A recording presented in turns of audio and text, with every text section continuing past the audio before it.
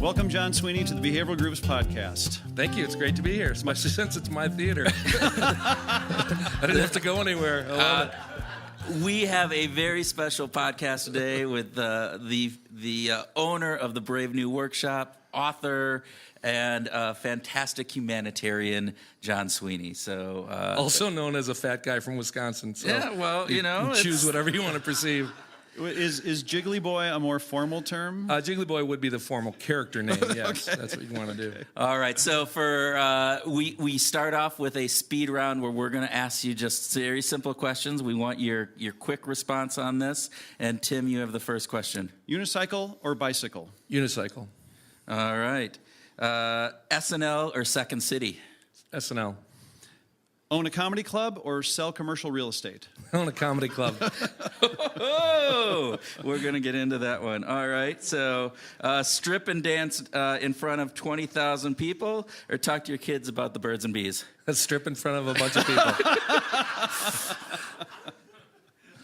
Well, I think that leads us to Jiggly Boy, doesn't it? I get one way or another. The road always leads to Jiggly Boy, I guess. So tell people about who is this Jiggly Boy guy and what the hell is that about? Sure. And I'll prep this audience, too. Remember, you're in the Brave New Workshop, and since May 10th of 1958, our motto has been promiscuous hostility, positive neutrality. So hold on, because this shit's going to get real, all right? So Jiggly Boy is this wonderful character that we developed. We do a lot of creative work for the Minnesota Timberwolves, and we got lucky. We used to dance with our shirt off and put things on our chest, and when I mean we, I mean me. And then one night, a little while ago, the night that Kevin Garnett came back to the Wolves, we welcomed him back with a dance, and apparently Mr. Garnett had a fondness for Jiggly Boy, and I mean that in a very awkward way. And it kind of caught on a little bit, and so actually it was kind of fun because my sons and I celebrate this once in a while, but last night we hit 11 million on YouTube, so it was fun to hit 11 million. Yeah. But the most important thing about Jiggly Boy really is what it tries to accomplish, right? So I'll just tell you the quick story. So we dance, and it's a Friday night, and we don't think anything, but all of a sudden while we were dancing during the timeout, Kevin Garnett looks at us, and I wave to him, and he waves back, and then he gives me a chest pump, and things kind of got weird from there. And so at 10 o'clock the next morning, my son comes into my office at home, and he goes, Dad, we're at 10,000 hits. I go, what the hell are you talking about? And he goes, they put our video up on YouTube, and 10,000 people have watched it. And I was like, first of all, I was like, okay, call the PR firm and the lawyers, because this could be the last time I ever give a corporate speech. I have one dance, and now I'm done. And then he came in at noon. He said, it's at 200,000. And he came at 4 o'clock. He said, it's at 650,000. So we got 1 million hits in the first 24 hours. And I had never had anything like that happen to me before. And so I was a bit overwhelmed. And this wonderful man by the name of David Sherman, who's the photographer for the Wolves, that night also sent me all the stills from that night. And I just kept looking at this odd picture of me with my shirt off, and all these people around me, and they were all smiling. The big KG. Yeah, and I had your KG chest. written on my chest. But everyone's smiling, and not like, Guthrie Theater smiling, like really smiling, right? It's going to keep going. I didn't know that would get a laugh. Guthrie Theater is the local theater for all of our international listeners. If you want to feel important and forced to laugh at something like Christmas Carol for 30 years in a row, just go there. Just go there. Be sure to wear a mink stole. And so all of a sudden I see all these people smiling, right? And you'll see today I'm a bit odd, and I believe in a lot of things that you could call spiritual or improvisational or weird or that sort of stuff. And I'm overwhelmed with this word. And then I look at the picture of Kevin Garnett, and he's got this gorgeous smile, this huge smile. And I'm like, why am I so obsessed with smile? And then I realize 13 days earlier, I met Kim Valentini for the first time in my life. And she wanted to come and talk about some collaborations. Kim Valentini founded the Smile Network International. And I had this feeling of, we got to make something of this, right? This is a once-in-a-lifetime chance to do something so weird and so popular. So I called everyone I knew in web development and PR and marketing, and they were all so kind. And 48 hours later, we had jigglyboy.com launched. And you can go there, and I hope you go there, and click on Donate.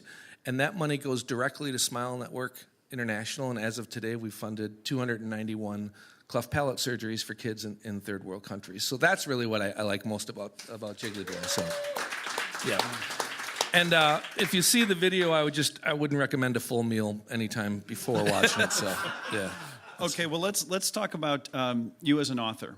I was really influenced by your first book about innovation at the speed of laughter, specifically around how you took innovation beyond the Stanford and MIT, cognitive approaches, and you made it very behavioral. And so I was wondering if you could share with both our listening audience and the behavioral groovers here tonight a little bit about why behavior is so important and how we act is so important about innovation. Sure, and it was really easy for me not to take the Stanford or Harvard approach because I graduated from a Catholic liberal arts college with a 2.3 GPA, so I don't really fit in with that crowd. It is St. Norbert College, though. A little pitch for that. It's a great sixth choice. Green Bay. Yep. If you get turned down at the other 5 colleges your parents want you to go through, it's a great sixth choice. So everything's a story with me. It's what we do here. We tell stories. So 1997, we're fortunate enough that Dudley asked my wife Jenny and I to buy this theater, and so we do. And then this thing called the internet hits, and people realize you don't have to go to theater. You can watch things on the internet, and you can do Netflix and DVDs and cat videos and all the other shit that's free on your phone. And so our business, like most theaters, was really tough from 1998 to 2001. We lost a third of the theaters in the Twin Cities in that 3-year period. And so we, as small business owners, didn't want to go bankrupt. So we were like, what the hell can we do? And so we just kept brainstorming. In our school of improvisation, my wife had really built that up, and we asked the students there, what are you using this curriculum for? And we thought they were going to say, to learn how to improvise, and I like to be on stage and that sort of stuff. And then we realized about 80% of them worked at General Mills and Medtronic and Best Buy and First Bank, and they were actually using it at work to have more of an open mind, to be more collaborative, and to improve their innovation. And so we just started having conversations about that. And what they told us and what we learned from them was that there was a missing piece in the typical corporate innovation program, and it was a subtle one, and it was people. And so what we found, and we don't have to put anyone on the spot. We don't mention clients' names, but let's take Thomson Reuters for example. That this may be what people have experienced in their large organization. The CEO goes to a party and someone says innovation's really cool, and I just read about it at Fast Times or whatever all those publications are, right? And Fast Times at Richmond High, yeah. And so then he wakes up in the middle of the night and he goes, we need innovation. As a matter of fact, it's so important, we're going to have a capital I, and I'm going to take clip art and add a 5th pillar to my PowerPoint deck. So now we have 5 of these really important things in our company. And then they call McKinsey, and McKinsey charges them $2 million to define innovation. And it's perfect. It's the 7 words that really do it. And it's so unique to that company, although it's just 2 words away from their competition, which also hired McKinsey to come up with a 7-word definition. And then we need this ability to engage people, or as I like to call it, have a website. And so that website allows people to have a portal, and they go in and they put their ideas in a portal by typing them. And then we use these algorithms to figure out if they're valid. And their ideas, we know they're valid because they're green, and those are better than the orange ones or the red ones. And then we need an innovation leader, so we hire a second CIO, but this one's Chief Innovation Officer, so he has cooler glasses. And then she says, we need the Innovation Council, so then we take someone from each business unit, and we give them like a robe and stuff, and now they're the council, and by the way, they don't get paid extra any money, and they also have their 80-hour-a-week job, but it's innovation's still important. And then they have an innovation day, and then they have a contest, and someone has the best idea, and it gets $10,000, and it never really sees the light of day, and everyone gets depressed and leaves the company and starts a garage innovation place in Palo Alto or whatever. And then they call me, and they're like, hey, what do you do? And I say, well, I don't know what I do really, but tell me about your innovation program. And they just describe what I just said, and then I have this really odd, bold question. I say, tell me about the people. And then it's always silent on the phone. It's always silent on the phone. And sometimes it's, what do you mean? What do you mean about people? Yeah, like what a bold question. What the hell would innovation and people have to do with it? Have you seen our website? My God. There's green and orange We different had innovation 17 ideas. green ideas with our algorithm. It was Damn it. unbelievable. There's been 4 articles written about our innovation lab. Anywho, so then I get a little, snarky about it because there's nothing more important than people, right? And so then I share this kind of point of view on innovation, and mine doesn't come from anything but my experience as an improviser. So if you think about it, improvisation is a pretty nice metaphor because what we're doing is we're on this stage listening to our customers. They tell us what they need, what's important to them. And then as a group, we ideate and refine and strategize and find role and try to give them a piece of innovation that's at least as good as what's on the internet, but that they're willing to pay $35 for instead of free. And we do that in a production cycle of about 2.5 to 3 minutes. And we have no idea what that product will be, and we have no idea how we'll get there. So the only thing we have is our behavior. And so people say, how do you practice improvisation? You can't, because you don't know what the suggestion's going to be. You don't know what the content's going to be. But you can practice the behaviors of improvisation. Listening to build things. Being unbelievably curious. Loving and respecting diversity because you know it's the math of innovation. Knowing that the present moment is exactly what it ought to be. This sense of abundance that you and your team and your point of view and the willingness to serve others will create something beautiful and fast from nothing right away. And so we took that metaphor and put a couple of corporate jargon words on it. And, it's the only way we could sell it. Did you hire McKinsey? We did. We hired McKinsey, and then,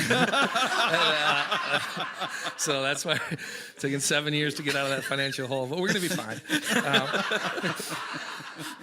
But I think what's refreshing is perhaps ours is a little bit more fun, and I think it just does really honor the people. And the kind of behavior and mindset of abundance is kind of an interesting point of view from our standpoint, right? So if you asked our industry, let's say our industry's theater, what would be the essential bare necessities you would need to create a piece of theater?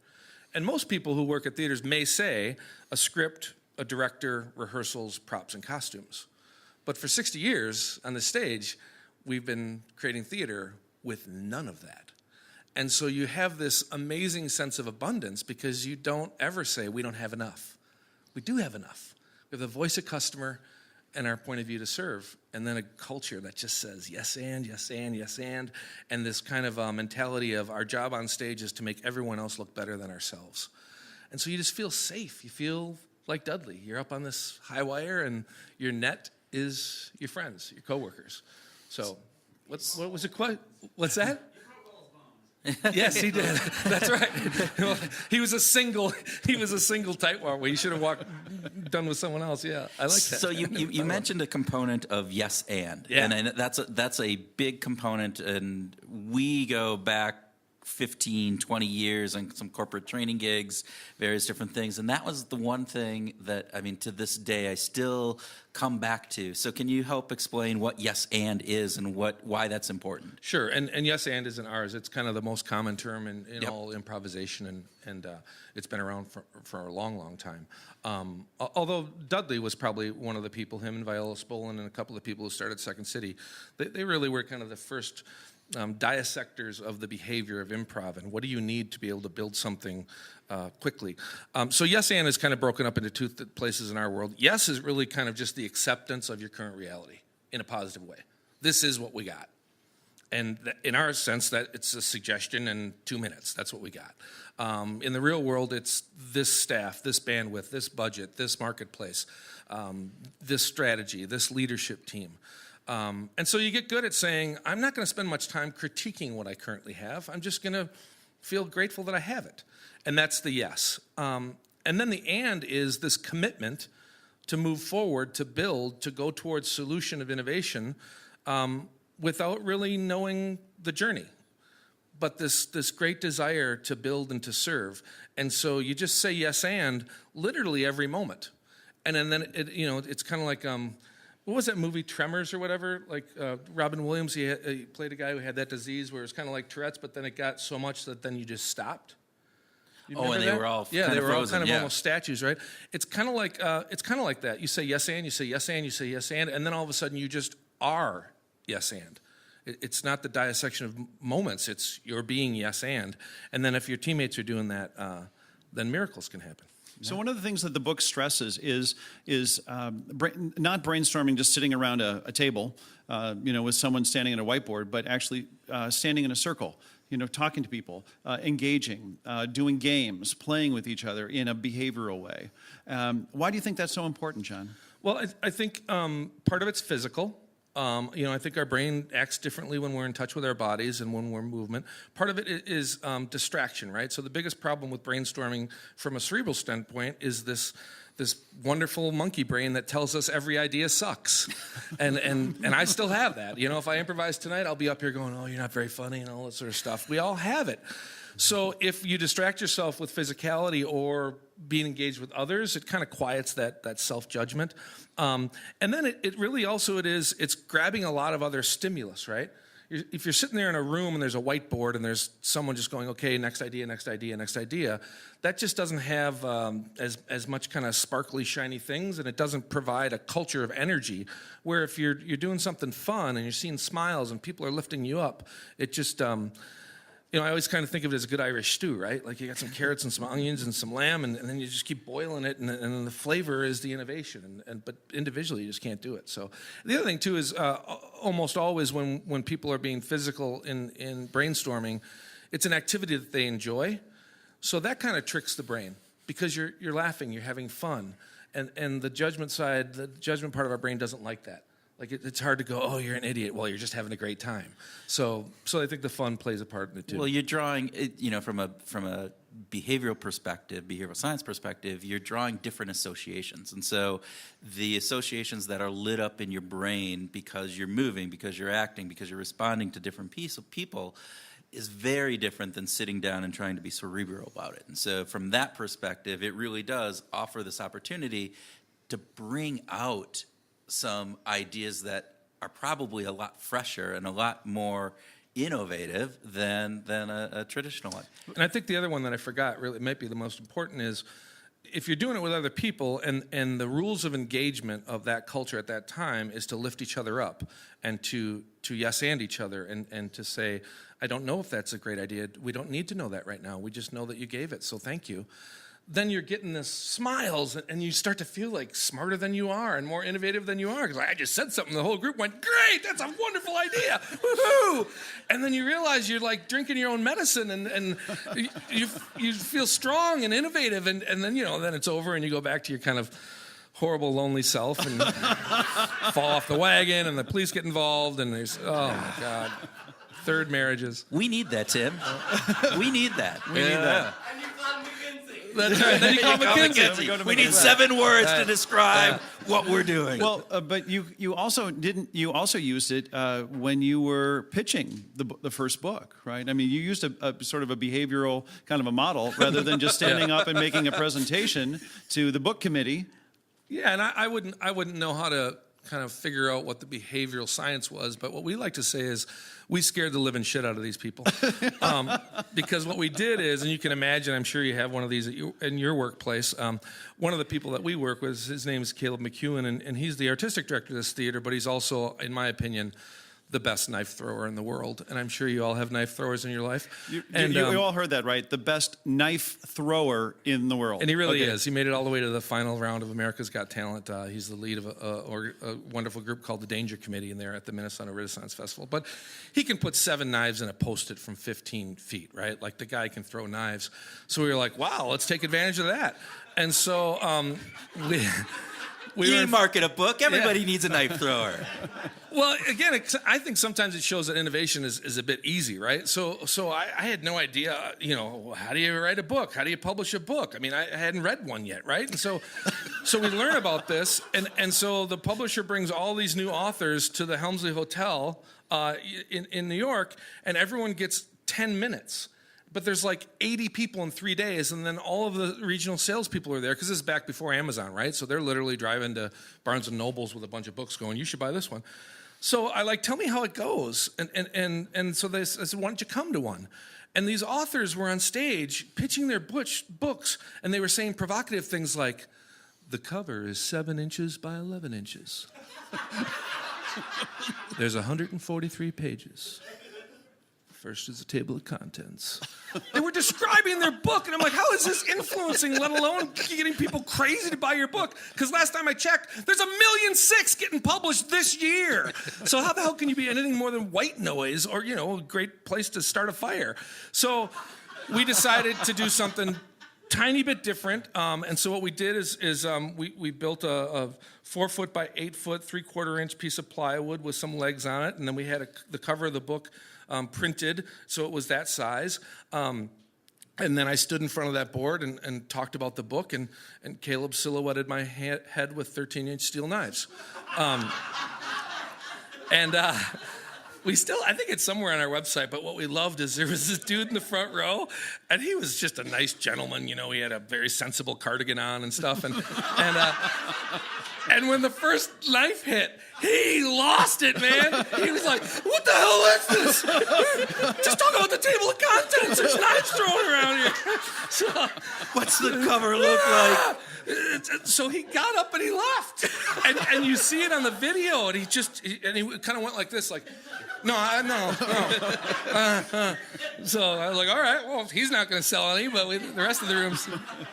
Did Caleb ever miss? No, Caleb has never missed, thank God. That's good. No, he's really, really, really good. Could you expand on the sensible cardigan part?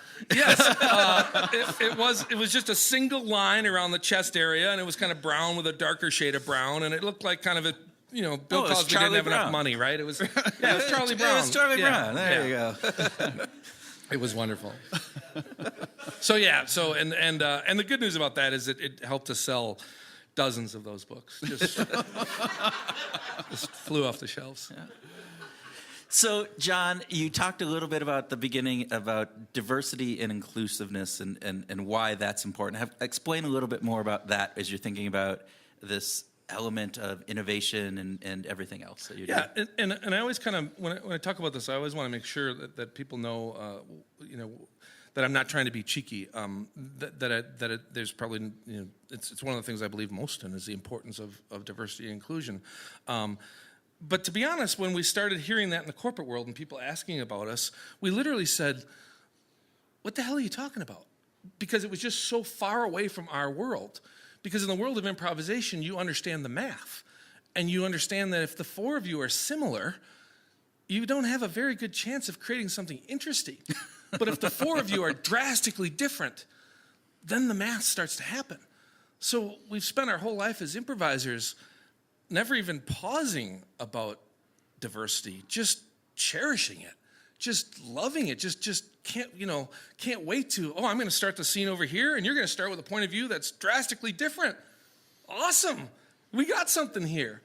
But the difference, of course, is that as improvisers, we take that math and we are, from our heart, obligated to take our point of view and move to a third place. And that third place combines both of those point of views. So that means immediate respect and this ability to say, wow, you are so different than I am, and that is so interesting. Can you give us an example, John? Could you talk us through an example? Yeah, I mean, on stage, I'll just make stuff up. But like, let's say the suggestion from the audience is something typical like throw something out. Yeah, what do you want to see an improv scene about? Fish sandwich. So we're going to do a fish sandwich scene, right? And so if the first person comes in and walks in and says, yeah, kind of a stormy day out there. And the next person comes in and says, yeah, welcome to McDonald's. Would you like a fish sandwich? We might have this kind of, guy from New Hampshire who's out there in the Cape trying to catch some fish in his boat, but he happens to be at McDonald's because we just threw something drastically different. And now, we've got people behind him, and do you want to shake with that fish fillet, right?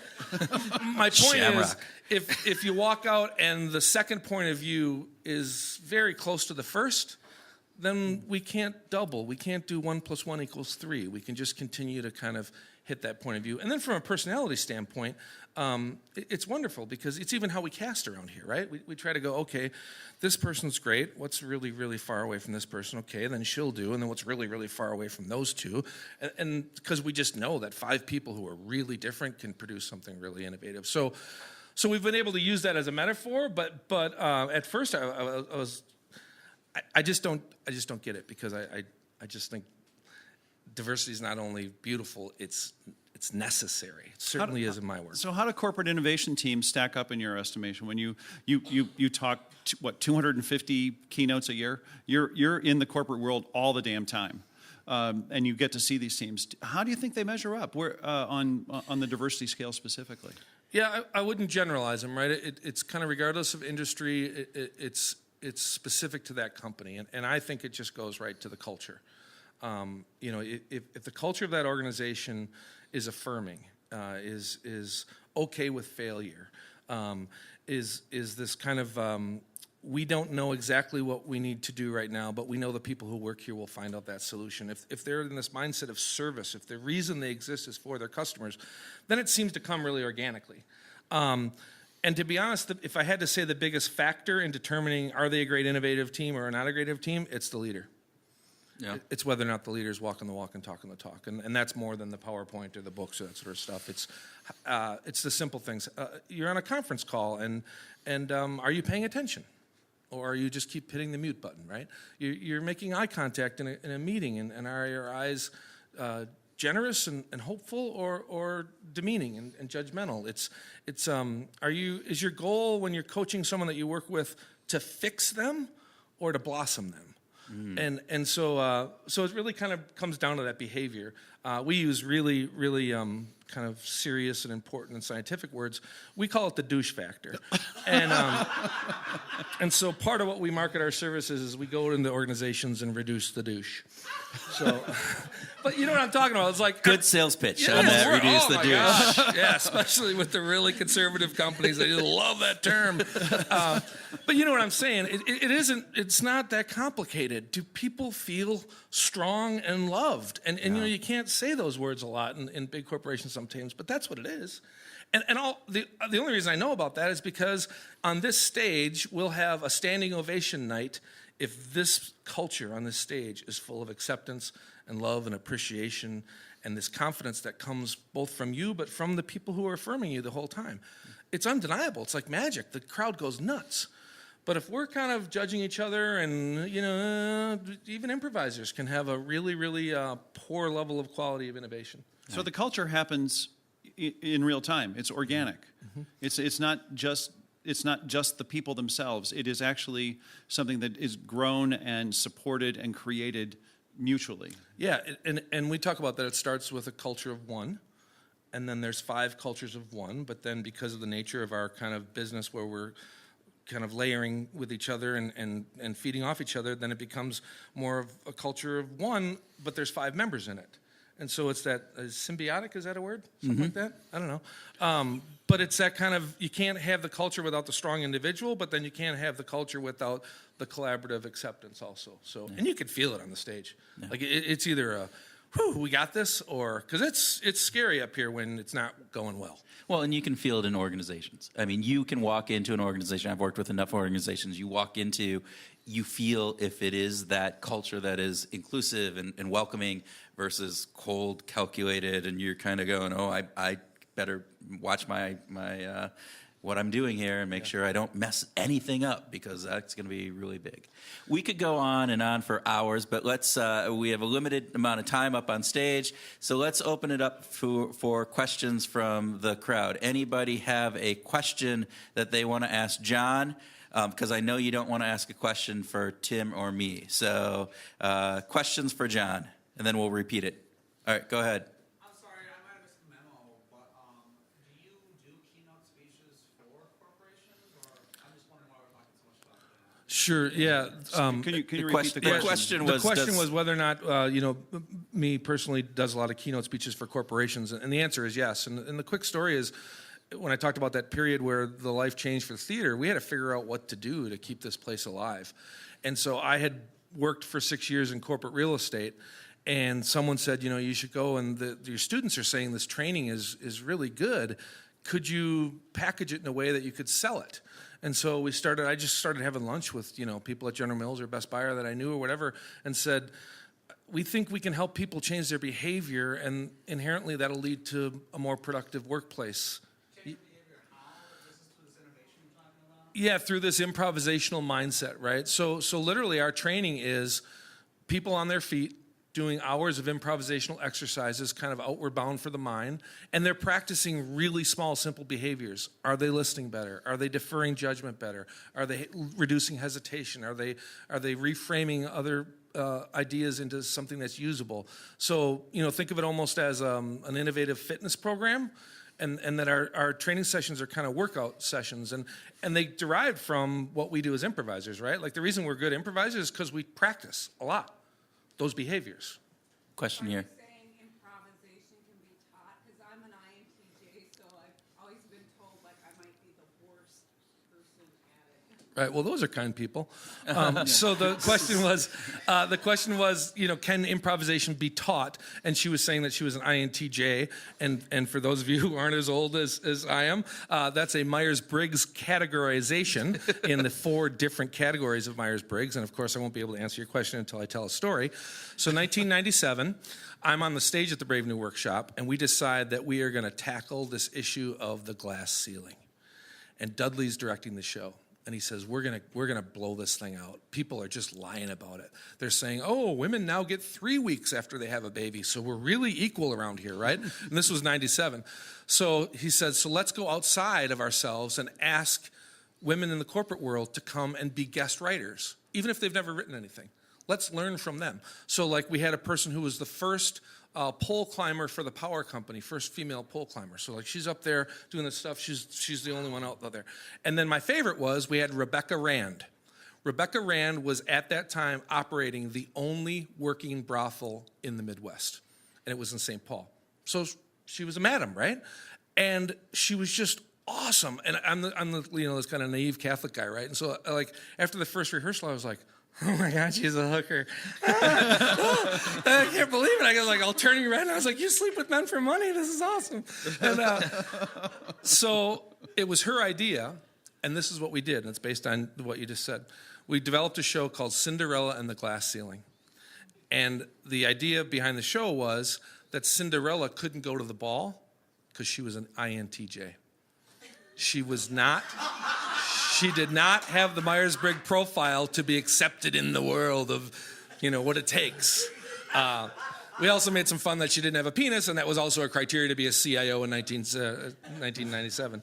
But I learned so much from those true trailblazers, and it actually kind of lit a fire under me because I realized the difference between the corporate speak when it comes to women's issues in the workplace and the truth that I learned from them, and that was 1997. So I think improvisation as an art form can be taught.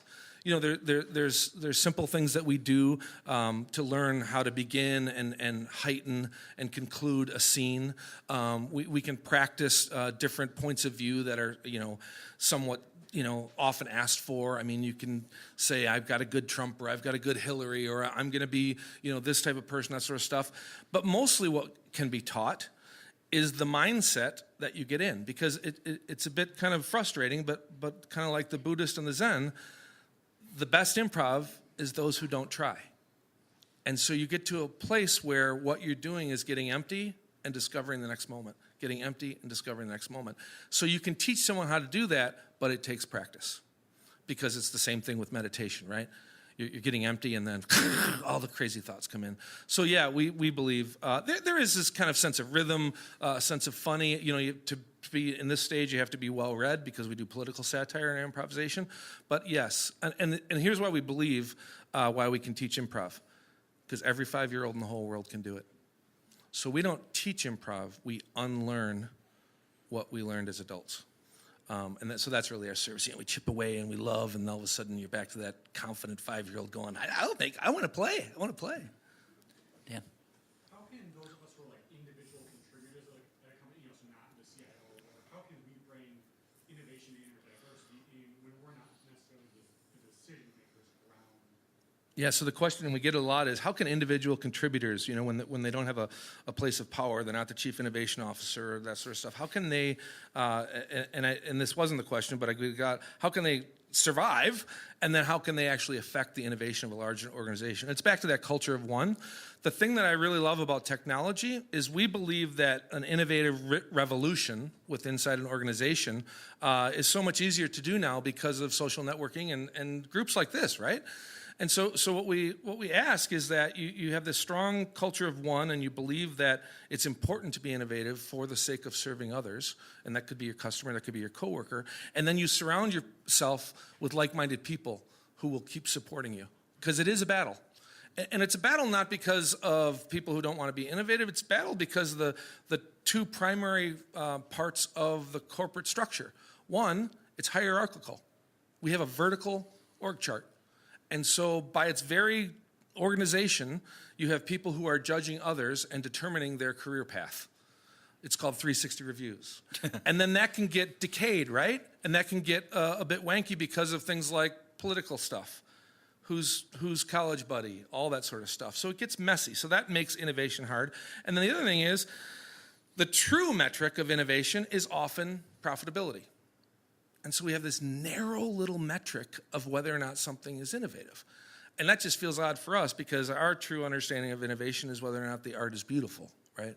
It worked. Did it transform someone? Was it worth your time? So those two things make it tough. So what we do is we try to create these little pods, right? I always think of reggae. It's a revolution, right? So a little common language, a little bit of fun, maybe an icon. Is there someone in your organization, a leader that you really look up to, or that they really are championing this? But then that little revolution starts. And that can be simple things like groups like this, or volunteering, or doing side projects as a team. But it's a tough battle, but it's worth it. Question over here.